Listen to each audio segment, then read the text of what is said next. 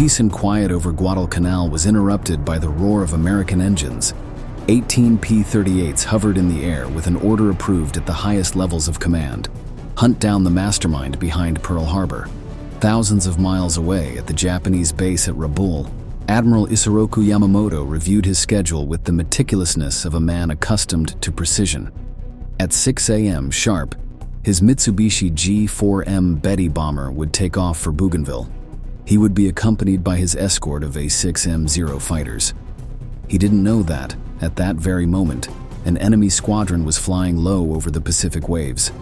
Invisible to radar, he had a single objective: to knock them out of the sky before the morning was out.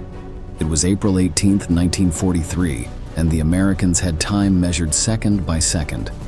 There would be no second chance. If they failed, Yamamoto would continue to direct the war. If they succeeded, they would change the course of history. The clock was ticking, and in this new military history video, we'll tell you all about this epic journey and Operation Vengeance. The Japs started this war. We are going to finish it. Tenía que conseguir que el presidente Franklin D. Roosevelt aprobara la misión, pero no existe ningún registro oficial de aquella conversación. Sin embargo, está claro que Roosevelt consintió el intento de asesinato. To begin, we must situate ourselves in time and space. The devastating Second World War had begun in 1939 as a result of Nazi Germany's brutal advance on European soil. However, what motivated the United States' active participation in the conflict was an event that took place years later and thousands of miles away. Furthermore, the person responsible for the American intervention was not Adolf Hitler, but its ally in Asia, Japan. It all began on December 7, 1941, with the surprise attack on Pearl Harbor designed by Tokyo. The objective was to wipe out the U.S. Pacific Fleet, and it was partially successful. It sank and damaged 8 battleships and 3 cruisers, in addition to destroying 188 aircraft. However, the aircraft carriers, the linchpin of modern naval warfare, were not in port and were saved. With Washington's forces battered in the region, Japan seized its moment of superiority and launched an overwhelming offensive. He occupied territories such as the Philippines, Malaysia, Singapore, and the Dutch East Indies. He also did the same with several islands, such as the Solomon Islands, Guam, and Wake Island. By March 1942, he had created a vast empire, securing strategic resources such as oil, rubber, and minerals. And it was all thanks to the master strategist behind Pearl Harbor, Isoroku Yamamoto. En 1936, Yamamoto fue nombrado subcomandante de la Armada japonesa. Solo 3 años después, le nombraron comandante en jefe de la Armada Imperial. Entonces, Japón tenía la tercera flota más grande del mundo, por detrás de Gran Bretaña y Estados Unidos. This Japanese admiral was not like the others. He was distinguished by his organizational and command skills. He was a great motivator and had redesigned his country's naval fleet, greatly strengthening it. However, he also had a peculiarity. He rejected war against the United States. He had been one of the men who questioned the alliance with the Nazis, believing it would lead them into a conflict beyond Japan's interests. And despite being the mastermind behind the fierce attack on the Americans, he did not want to fight with them. This was because Yamamoto was well aware of the military power of his rival. He had spent time as a staffer at the Japanese embassy in Washington and even studied at Harvard. His time in that country convinced him that the Imperial Navy needed to be modernized, and he fought for it. However, he was aware that it was still far from being on par with the Americans. When the High Command launched the offensive against the base at Pearl Harbor to force the White House to negotiate, Yamamoto was forceful. He asserted that the plan could work, preventing the Americans from surprising them in the future. But he also demonstrated his vision as a great strategist. He said, "During the first 6 to 12 months of the war against the United States, I will wreak havoc on all sides and achieve victory after victory. By then, if the battle continues beyond that period, I have no expectation of success." The Japanese admiral was right to be concerned. They had awakened a sleeping giant who now saw him as his worst enemy. Washington quickly put all its potential into action, starting with intelligence work. The first key to its response was deciphering its enemy's communication codes. Teníamos que trabajar en lo que llamábamos el sistema JM25. JM25 era importante porque lo llevaba la mayor parte de la flota japonesa. Inmediatamente, invertimos todo nuestro esfuerzo en descifrarlo.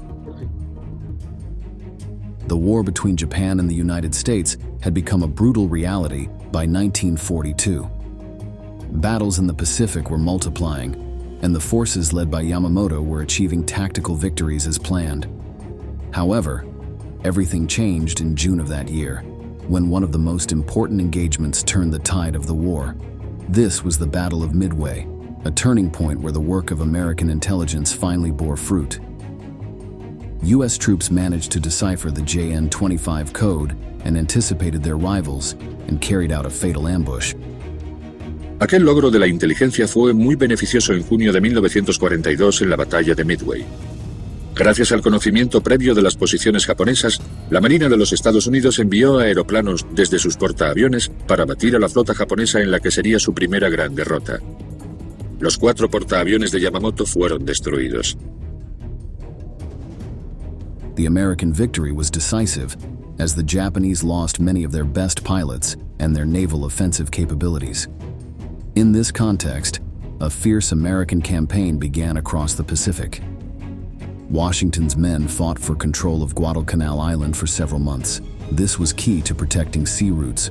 The battle was savage, involving land, air, and naval combat. The confrontation was bloody and ended with another victory for the United States. For its part, Japan lost more than 30,000 soldiers and had to retreat after a devastating blow.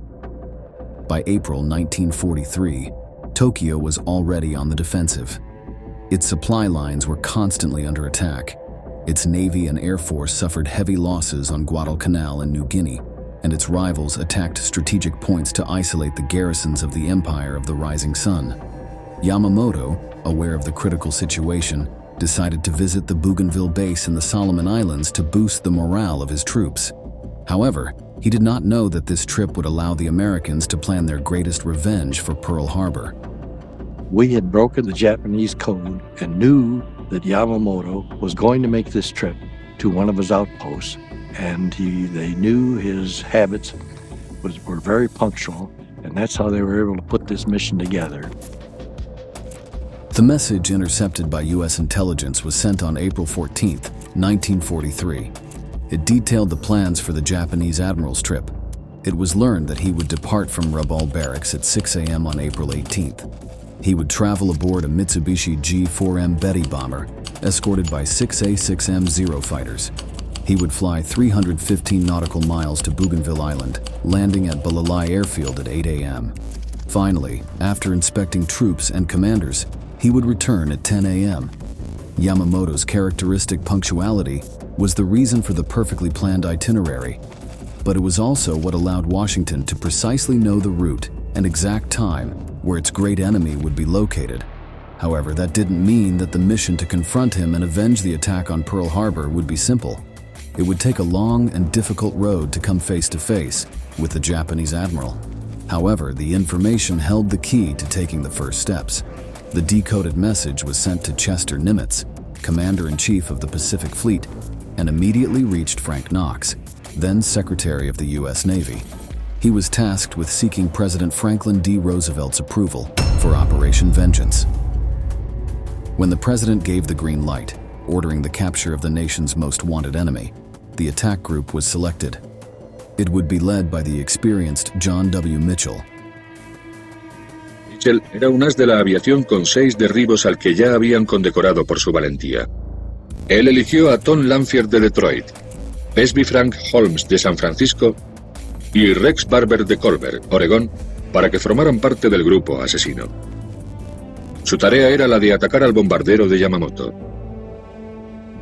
They were all part of the 339th Fighter Squadron based at Guadalcanal. They were P-38 Lightning pilots, the aircraft chosen for its attack capabilities, and primarily for its range. This aspect would be key to the mission.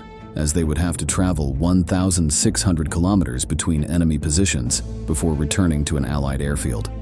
That would be the first challenge, but not the only one. The Americans would have to travel for 1 hour and 45 minutes. Then, they would have to approach the enemy by flying low over the sea to avoid detection by Japanese systems. Finally, they had to wait for Yamamoto to appear at the right moment, but without the support of their own radars. This meant that if their calculations were off by even a minute, the entire effort would have been in vain. If they went too far ahead, they ran the risk of being spotted and attacked by Tokyo's forces, or even running out of fuel on the return journey. If they delayed, the plane carrying the Japanese admiral could reach its destination before being shot down. The chances of success worried everyone. John Mitchell, el líder de la misión, también tenía dudas acerca del ataque. Yo no estaba muy convencido. Pensaba que sería como buscar una aguja en un pajar. Lo veíamos muy complicado, pero teníamos que aparentar lo contrario y planearlo como si realmente fuéramos a interceptarlo. Despite these sentiments, 18 aircraft were prepared to be ready early on April 18th, 1943. 4 of the P-38 fighters were to be tasked with shooting down Yamamoto's bomber, while the other 14 were to provide cover from the Zero escort. However, the operation began with problems, and 2 aircraft had to abandon their mission due to mechanical problems. Thus, the second group was reduced to a dozen. That didn't change anything. The plan remained on track. The P-38s took off from Guadalcanal at 7:25 a.m. and plunged into their route. They were to travel 350 kilometers west, then turn north-northwest for another 570 kilometers, flying at low altitude, and then climb to 3,000 meters on the final leg, just before the interception. According to the calculations, the timing had to be exact to find the Japanese convoy at that precise moment. The longest aerial intercept of World War II, Major John Mitchell led his squadron for 2.5 hours on a 5-dogleg course to avoid Japanese spotters. We were flying about 75 feet above the water, following mist throughout the sea, so we wouldn't be spotted by the Japanese. The Americans had planned the interception at 9:35 a.m. The day was overcast, but the sky finally allowed them to sight land, and they realized they were a minute ahead. They had to wait for Yamamoto's punctuality. However, those few seconds seemed to drag on for the air fleet led by Mitchell. Suddenly, several silhouettes appeared on the horizon. The 6 A6M0 fighters were unmistakable, but the problem was that there weren't one but 2 Betty bombers. Which one was Yamamoto in? The attack plan had to be put into action, so there was only one option: shoot them both down. Soon, the calm of the skies was interrupted. The 4 P-38s tasked with the assassination moved forward. The rest maintained their elevated position to distract and engage the Zeros. The world was reduced to a deadly equation. The radio was filled with screams, and chaos took center stage. The Japanese fighters swerved and dived at the Americans. The sky exploded with bursts of machine gun fire. Bullets crisscrossed the air like a swarm of deadly wasps. Meanwhile, Lanfear and Barber formed the duo that held their ground, attempting to take out the bombers. 2 Zeros that I'd flown between, I turned around, we're coming back over here, and the bomber's going here, and I'm going so fast by the time I get opposite him that I had to drop my flaps to slow up, and I started skidding sideways so that I wouldn't overshoot him. And meanwhile, these 2 fellas are coming, and I could, it was obvious there was going to be a convention. And I assumed that they would ram me or do whatever they could. As the fierce fighting between the P-38s and the Japanese Zeros unfolded, the 2 bombers attempted to flee.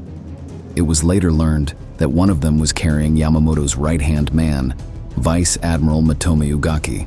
However, at that point, it was impossible to determine who was aboard each aircraft. When the 2 aircraft went in different directions to try to escape, Rex Barber decided to follow one. He stayed close to the G4M, flying at high speed. and when he saw his opportunity, he pulled the trigger. The .50 caliber machine guns on his P-38 spewed fire. The first burst hit the fuselage of the Japanese bomber, piercing the left engine. A jet of black smoke emerged from its wing. The Japanese gunners returned fire, but it was too late. Barber fired a second burst. The bullets ripped through the Betty's cockpit. The plane banked sharply, shaken by the impacts. It was falling. I went in on the lead bomber and started shooting his right engine, back into the fuselage, into the left engine. And he, of course, was going downhill by this time, very steep. When I looked back, I saw a big column of smoke coming out of the jungle, which I was sure was Yamamoto's airplane. The aircraft, now a burning torch, had spiraled into the Bougainville jungle. But the mission wasn't over. The second G4M was also hit. It crash-landed in the water, and some members of its crew managed to survive, including Ugaki. This meant that the downed bomber had indeed been the one carrying Isoroku Yamamoto. However, there was no time to determine whether the admiral had died in the crash. The Americans were still fighting to stay alive. After several minutes in which the Japanese fighter fleet attacked with all its might, the Americans also suffered the loss of a P-38. Its pilot, Lieutenant Raymond Hine, screamed over the radio before his plane exploded in a ball of fire. The rest of the team continued fighting until the Zeros had to cease their hunt due to lack of fuel and turned away. The chaos slowly subsided, and the men from the United States began their return. Fue un acto de Dios. Yo creo que debía de estar presente algún tipo de fuerza superior para que aquello ocurriese así. Los P-38 volvieron a la base poco después de las 11 de la mañana. Habían derribado los 2 bombarderos y 3 Zeros. Solo uno de los P-38 no volvió. The base fell silent. Everyone was convinced they had achieved their objective, but they needed confirmation, which arrived a day later. It was then that Japanese troops arrived at the site where the first bomber had crashed. Yamamoto was aboard, found under a tree, sitting in his seat, which had been blown out of the plane by the impact. He was wielding his ceremonial sword and had suffered 2 large caliber bullet wounds, one in the left shoulder and one in the face. He was taken to a local village and his body was burned to ashes. The admiral's remains were sent to Tokyo, and a month later his death was officially announced. However, the Americans were already aware of this thanks to his skill in deciphering messages from the Japanese forces. On June 5, 1943, a full funeral was held, with more than 1 million people attending to bid him farewell. Thus, the United States defeated its greatest enemy of World War II. Operation Vengeance was a success, and Isoroku Yamamoto's predictions came true. The admiral had suggested that if a war broke out against Washington, Japan would likely be reduced to ashes, and that was exactly what happened under the atomic fire that ended the war in 1945. And so we come to the end of our video. We'll see you in our next installment to continue discovering the best of military history.